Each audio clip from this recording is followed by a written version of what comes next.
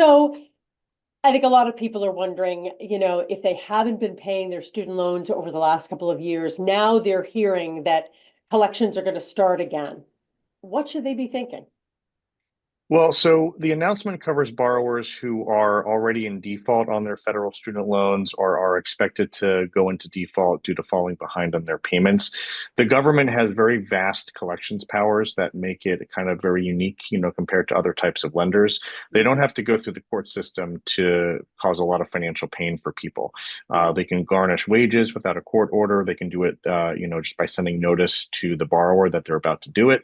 They can also refer folks to the Treasury Offset Program, which allows the government to offset Social Security payments, intercept federal tax refunds, and other income streams. And so it can be really problematic for folks, especially for lower income borrowers who are on a fixed income, where every penny matters. It can be really problematic for people. Right.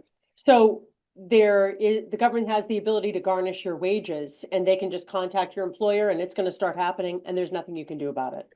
There's nothing you can do about it. Mhm. The good news is there are some options for people. So when they initiate the process for either the Treasury Offset Program or wage garnishment, they do have to give notice to the borrower and an opportunity to respond. You do have the ability to request a hearing if if the activity is going to cause you extreme financial hardship. Importantly, there are also programs that allow borrowers who are in default to get out of default and back into good standing again. This includes loan consolidation through the direct loan program, as well as rehabilitation programs. Not everyone is necessarily eligible, and sometimes one is better than the other for people, Yeah. but there might be pathways out of default and back into good standing. Right. So there is a way to address this situation.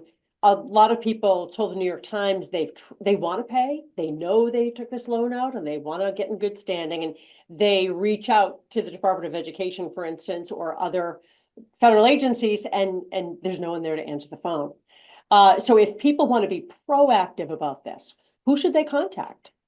Yeah, it's really tough right now. With all the Department of Education layoffs, it's really difficult for folks to get in touch with people. Some borrowers are reporting, trying to reach the loan servicers and being on hold for 4, 5, 6 hours and then having the call drop. And the best thing folks can do is try to get as much information as you can without necessarily having to call someone. That could be through the Department of Ed's website. Try to figure out what programs you might be eligible for and see if there's a way for you to apply for those programs without necessarily having to, speak to someone.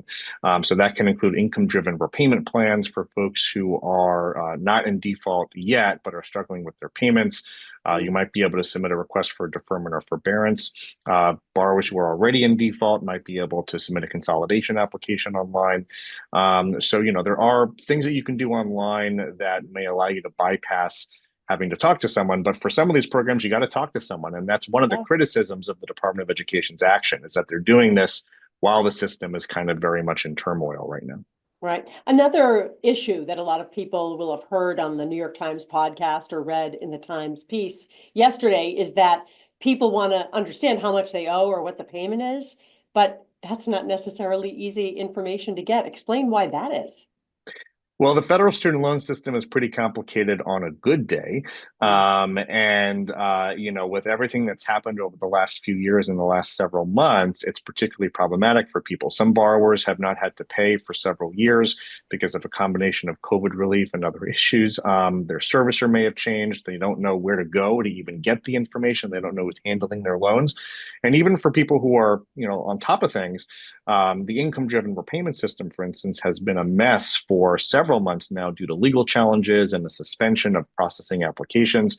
So even people who know exactly what they are eligible for and are trying to apply, there are roadblocks in the way that are really, really, preventing them from being able to do that.